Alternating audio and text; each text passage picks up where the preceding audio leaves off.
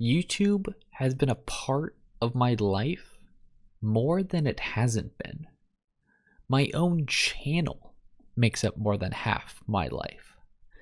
Years and years of myself growing, changing, and evolving are right here to see on the internet. So many different eras of who I was, how I talked and sounded, and the people I interacted with are cemented forever for future generations. Hundreds of videos to thousands of hours of footage. It's a virtual time capsule into who I was and who I am now. I can only hope that when it's all said and done, I can look back proudly of how I spent my time, building up this massive time capsule to my audience. Did I fail YouTube? It's time to talk about the very platform that started it all and the path of where it's gone to see if it was all really worth it. Welcome back to Clean's Chats. Hello, everybody. I hope you enjoyed your break away from me. I know you've been, waiting very, very long for this final lost episode. No, this isn't the lost episode. I actually made this one fairly recently. But if you're waiting a lost episode, I heard April 1st is a good day to expect that one. So you'll just have to wait and see.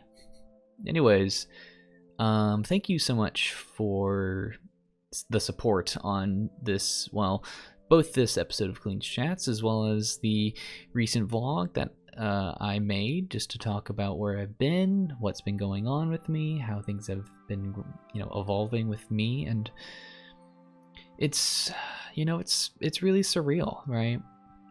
I just talked about how I have hundreds of hours of footage, but it's all distributed in such weird ways, right? I have literally hundreds of, if not thousands, in 2014, 2015, 100 in 2016, not as much 2017, 2018. I remember all this in the back of my head. 2019, 2020 had a bit of resurgence. 2021 a little bit, but from 2022 to now, what has there been? Surely, if you've been seeing, there's been streaming, and that's been also a ton of hours of footage, but it's always been a little different, right? No purely YouTube-sided content. And, this is a greater extent, because very quickly of turning the tide and talking about just the grand internet and how it's evolved, obviously, right? I haven't even really been a YouTuber since the pure prime shorts era started to boom, right? All that stuff.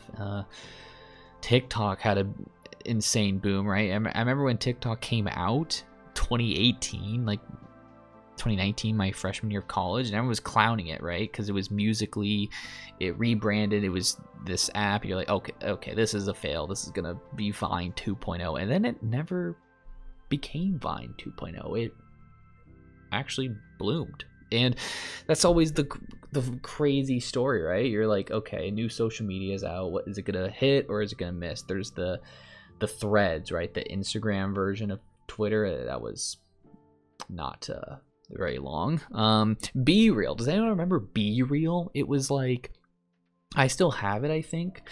It was every day at a random time, it's going to alert you, and you have to take a photo, and then that's your Be Real for the day. So it's real. You have to be real. You can't just have a week-long vacation and you strung out all the nonsense and you have the 5 prime photos, right? Hey, what are you doing at 2:30 in your room right now? Be real. And I think that is actually pretty beautiful. Just showing that we're all just simple human. We have days where we're literally doing nothing, and so many of the days that I've been away from not making videos, I haven't been fighting crime. I haven't been backpacking in Europe. So many days I am just in my room doing nothing. It's wild, right? that's just kind of the story, right? Of how we're living. And so often when you just don't upload, it's like, okay, well, this guy's clearly life stressing him out. No. It's never that, right? It's always like, oh, I'm trying, but priorities just aren't hidden, right? That's always the biggest thing, is that your priority isn't there. And not necessarily that, oh, you're literally busy. There are some rare times, but there's some times you're just not. And that's perfectly okay. I think you just have to realize that priorities fall in and out of order. Burnout always happens so often. And that was so many fuels of me in my break. I think there's just always so much to say about people taking breaks from doing stuff, and then they're like, oh, they're back, and then is this gonna be for real? Like, there's so many YouTubers that do that, right? Corey X Kinshin, such a big example, right? He has so many things now where he's making stuff, but at the same time he's like, okay, is he really back, or is it more of a he's growing old of this? And you know, I don't blame him. Sometimes you fall out of the things you love, even when it's the dream job, right? Even if YouTube was your dream job and you're doing it and you're loving it, but it's just like sometimes it falls out of love anyway. Why does that happen? It's cruel. It really is.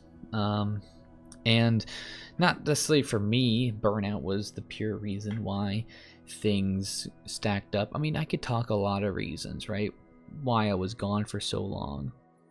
You know, there's drama, family drama, personal drama, life events, graduating college, getting a job for the first time, having that final adult lifestyle, like pushing to the real world, pushing like you to be like, oh, this is what it's like.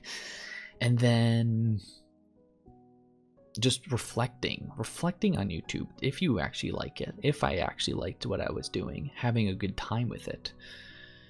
It's just so often where I kind of asked that to myself. And when I made the final note in my head that I'm coming back, let's do it, yes, I'm gonna make videos again, I really took a much deeper approach, because if this is the one, I want to make sure that I'm not going to have this again, right? I'm not going to feel like I made the wrong choice. I want to make sure I'm ready. This is it, you know? And something big that just kind of pushed me more to just reflect on if I liked doing videos again was all this worth it at all? Have I failed YouTube? I think that's a very open and honest question to have, because, well, what is YouTube to you? Is it just creating? Is that it? Did I fail at creating stuff that I loved? Maybe. There's been many projects that I've wanted to make, but I never pursued it enough. I never made that final push to make it happen. Or did I fail myself, right? In terms of just how I wanted to create stuff. I think the obvious one, though, and is probably the main one that really pushed me, is, did I fail in physical sense?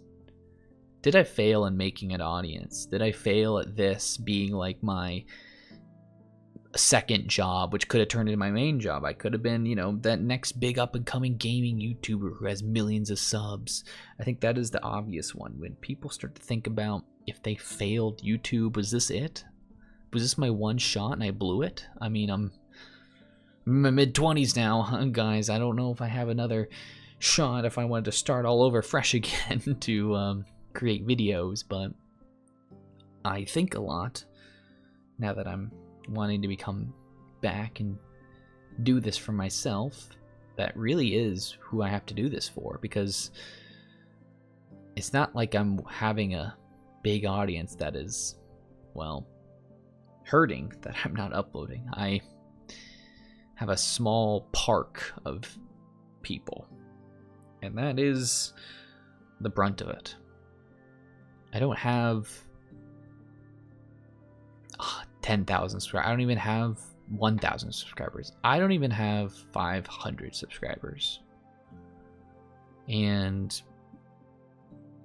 when I started to really think about coming back, making videos again, it really just dawned on me that I felt like, in this sense, with the amount of time that I've made videos, the amount of, I wouldn't say a ton, like no effort, but definitely at least a little bit of effort. I've put in some great efforts for some awesome videos in the past. Hours I've spent editing, like I'd say in total, like a whole month or 2 or 3 of my life has been spent editing. So when I come back and I'm like, I'm gonna make videos again, what am I doing this for? Is it just for myself? Because to me, it feels like every other sense of YouTube, growing an audience, getting successful, partnering. You know, I get a partner, you make AdSense on YouTube. You feel like you failed when you don't have an audience, when you don't have these people waiting for you. When I upload my vlog returning, because I haven't actually uploaded this, right, because this is uploaded on the same day, am I gonna see a ton of actual real comments being like, I'm excited to see you back? Or is it gonna be just me, a few friends here and there, but people actually have met me through YouTube and are actually gonna experience me through YouTube? Are any of them there? How many subscribers do I actually have? A long time ago, I came across a video that talked about this concept of empty subscribers. Like, the whole thing is simple, right? Because the subscriber count, that's always been interesting to me, right? Twitch, Twitter, X, whatever, Instagram, right? Every other social media platform has followers, right? YouTube's the only one that flips it. They have subscribers. Because back in the day, that was what you would do. You would subscribe, like, to a magazine, a newspaper, a blog post, and that's how you get updates. So back in the archaic days, right? YouTube being the first one, it had subscribers as the pure count of people who were watching your stuff. But then every other social media platform that came out since then followed the more modern form, followers. And so that was always a big kind of twist when it came to YouTube and the thinking of it, right? Because subscribe usually means pay money, right? Pay money to, like, get this thing, a monthly box of treats or goodies sent to your door every month, or you subscribe to get a new digest magazine that costs a subscription fee. That's the thing, right? Subscription fee, that's what it always is, right? So the fact that you subscribe to a YouTube channel but you don't pay anything, that was always like a weird thing. So mentally, people were thinking about YouTube differently. They would just press subscribe without even thinking, not even a second hesitation from them. And then, what does YouTube come up with recently? I don't think this is recent anymore, but they come up with a way to actually become like a premium tier subscriber. And you know what it's called? It's called a follower. YouTube completely swapped the roles, or the naming schemes, where the subscriber is usually the one who pays, Because now on everything else you can subscribe to like premium posts on Twitter, or subscribe to view private stories on Instagram or Snapchat or whatever. But on YouTube, it's followers. That was always like, what? So this all comes back to the point where it feels like subscribers are a lot more of like a emptier term, right? It doesn't feel as closely connected to those people than a follower is, right? Not to get biblical, but a follower is like a follower of Jesus, you know, like Christ. A subscriber is just more like a business incentive. You're like, oh, I subscribe to this news outlet because I like what they say, or I subscribe to this I don't know, what's the Factor I subscribe to Factor because I like their meal prep, you know. It's just stuff like that. It was always a big weird thing for me to think about, which I don't think I've ever really said before, but it's true. Like, it's weird how YouTube was the one that obviously was the first social media site that swapped the naming schemes for everything else. And what I feel like happens on, well, YouTube more than any other site, social media site as well, is that the numbers, right? The big number, which shows your follower count, your subscriber count, like basically the number that shows your popularity, feels a lot more empty than other numbers, right? And that's where the term, right, from this video I watched a while back, the empty subscriber like theory. Because, well, let's say this. Let's say you have, you know, Instagram, Twitter, X. You make, you know, tweets. And generally speaking, you know, I feel like a lot of the times they have a good audience. They get a good number of likes that kind of reflect, right, how many actual people follow you. Same thing on Instagram, how many people like it, how many followers you have there. But subscribers, it's always weird. It's always weird, that discrepancy of how many subs you actually have versus, well, how many views you actually have. And I even mentioned this one, Twitch. Oh my gosh. Twitch literally does subs. Twitch Prime subs, giving like a gifted subscription. Like, Twitch is like one of the biggest ones that swaps this. You have how many followers versus how many viewers and how many subscribers, right? It's so weird that after so long that there is this discrepancy between two of like the biggest social media platform sites, especially for like gaming and whatnot, and just watching content. So it's weird, it's crazy. But in any case, I grew to like think about this term a lot, the empty subscriber count, where it's like, hey, I have 500 subs, but I don't actually have 500 views in every video. Why don't I have 500 views in every video? Surely everyone who subscribes should be watching my content, right? Well, that's not really the case. And that's kind of the tough thing about it. You see, is like, I can only do so much to get, you know, actual real feedback on what people thought about the video. Likes, comments, those are two of the biggest ones, huge ones. When I always thank you guys for videos, I actually incentivize liking and commenting more than I do, honestly, subscribing. Because subscribing is like a one-time thing, right? You can just press it and you're done.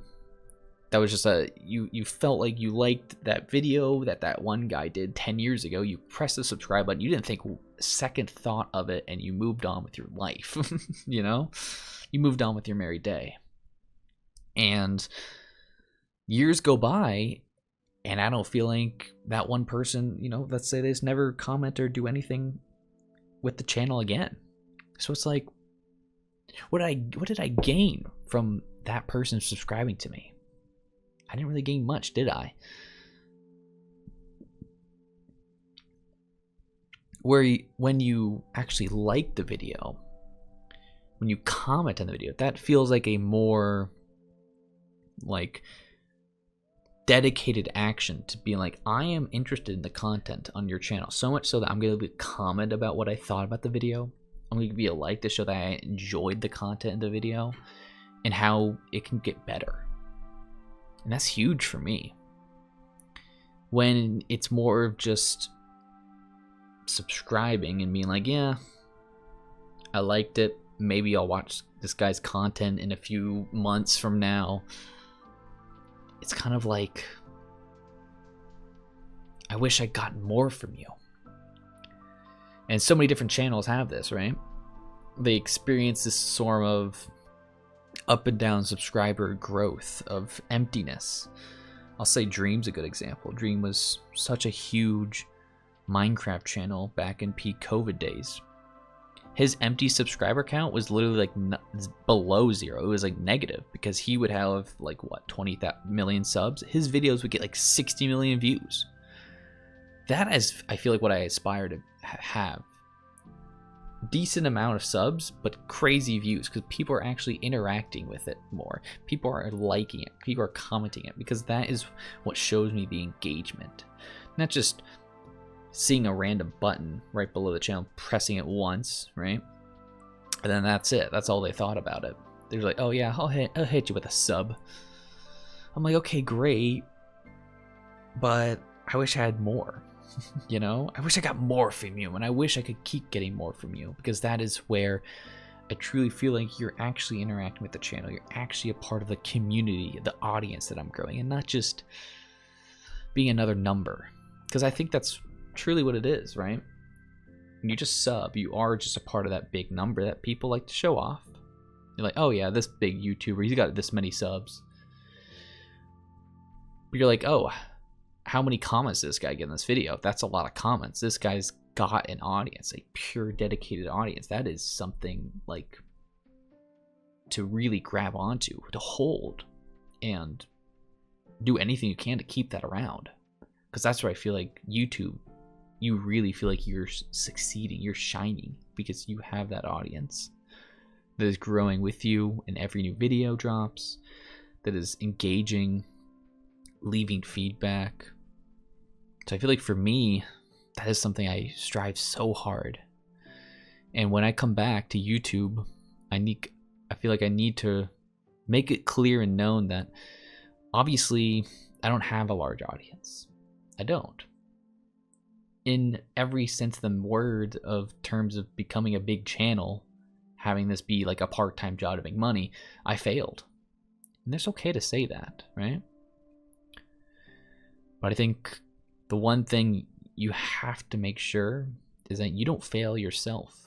You're doing this for a reason. You're doing this because you love to do it, right? For me, I truly do. I love making these types of videos.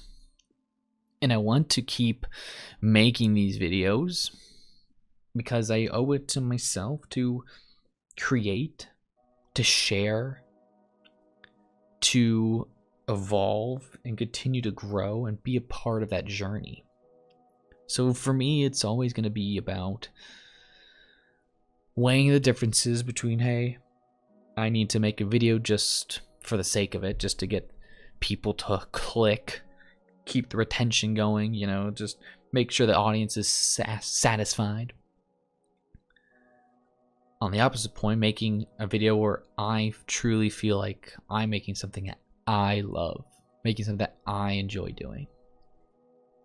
And I think if you can truly honestly say that I am loving what you're doing, I'm loving what I'm doing, it's impossible to fail. And that's just the truth. If that is truly where you feel like you are when making these videos, it's impossible. It is always going to be impossible to fail. And no doubt about it, there's gonna be so many videos on this channel that feel like they were just there just to help with the retention, the audience, the growth, right? But then there's true passion projects, stuff that I've made just because I really think it was gonna be awesome and funny, and the end product's gonna be just glorious. And there are so many videos like that. I always forget, right? I have hundreds of videos. I think I'm in total, I've made over 1,000. And there's so many gems I forget about. Like, oh my gosh, I can't believe I forget I made this. Oh my goodness, what a classic. And it's just so warming to see that after all this time that there's still some great stuff out here. And I am hopeful that when I return, it is truly because it is just a special time to see the creation of something and see it grow and bloom, and you're like, okay, here's the recording part, here's the editing part, here's the vision I want, and here's what it becomes. And that's why I have so many big projects planned for this year, because I really want to see this vision fly.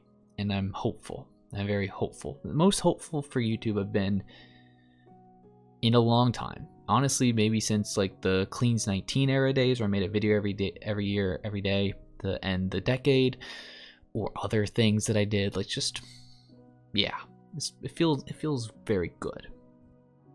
So I hope in that sense I can continue to say that I didn't fail in those aspects. Creating something that you love, creating stuff that is truly special, no matter the audience. And in actuality, the audience that truly is there for people who are truly watching, interacting, commenting, liking, right? That is truly the community I'm building, not this empty subscriber count of what, 380 at the time of I'm recording this. And that's just the truth of the matter is, like, because I remember this very vividly. I have had two big kind of booms in my YouTube career where I jumped maybe like 70 subs both times, right? So I had these big booms, but then kind of flattened off. And so I'm like, okay, are those people actually still there from either of those booms? Are they actually still watching? Are you actually still engaged? If not, unsubscribe. I commend people who unsubscribe, because it really gives me a sense of the audience that I truly have, not the one that's just sitting there waiting for new random stuff to come up. So I'm always excited for the number to go up and down. What I extremely love seeing is when the views are up, the comments are up, the likes are up, people are interacting, because I try my best to literally comment on every video. if you notice. So what am I to say with all this is these empty subscribers are always going to be around, but I always feel like the whole subscriber term is always weird, right? Because I feel like it incentivizes more of a close-hearted, connected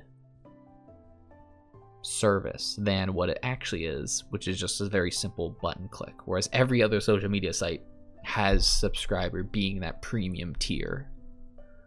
But it's always weird, right? How YouTube does it backwards. And I think when it's all said and done, right, in the intro, whenever I wrap it up and I just look to enjoy what I've created here, I hope, yes, I used my time here wisely. I used it proudly. I used it well. And I guess the biggest thing, because that is what YouTube should all be about. It's about you creating, doing things that you find exciting, having that platform to build your community, to build your brand, and to build who you are. So, even though this channel's a teenager, it's only just beginning, I feel like. Right? There's so many YouTube channels that start when they're an adult, full-grown adult. There's people who started YouTube when they were already a grandmother or a grandfather. So, I think it's easy to say that we haven't even scratched the surface of what YouTube and the Cleanfel era is truly about. So I'm hopeful to keep building. I'm hopeful to really have this be a true mountain of success, where I'm not scared to upload, where I'm just not just like, oh, I don't know what the next video is going to be. Do I like doing what I'm doing? I just need to make stuff and be proud of it and be happy with what I'm making. Because when I do that, it is impossible to fail YouTube. And if you really want to support me, I want to see likes, I want to see comments, I want to see people actively engaging, because that is so much more effort than that simple subscriber button that shows a number that isn't even really representative of the amount of people that actually interact here. So I hope with these final words that while, yes, things were a bit hectic, right? I was definitely thinking a lot about YouTube when I wanted to come back, and I was doubtful that any of this was worth it. But I hope when I fully embrace kind of what YouTube's all about, and now that I have a job, I don't need to worry about money or any of that. But I think the biggest thing, if I ever wanted to really take this for a spin once again, is I want to build that community, and I'm hopeful that we can start right here. So with that being said, thank you all so much for listening, and welcome me back, obviously.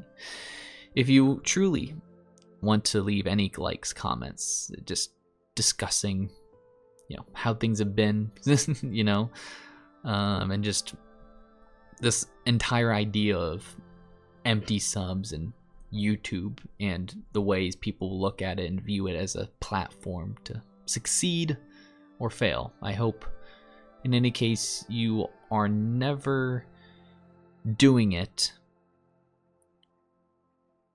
You're only doing it for stuff that you truly love.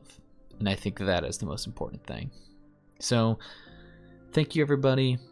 I am happy to be back. I truly am. And I'm hopeful that there's going to be a lot of more fun things to come.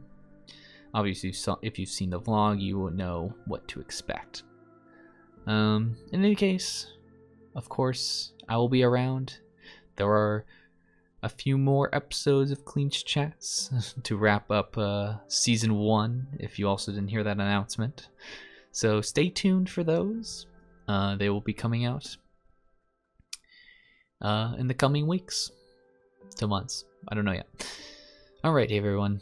Thank you so much for tuning in to CHATS. My name has obviously been Cleanfel. And I will see you all in the next episode. Enjoy yourselves and have a good one.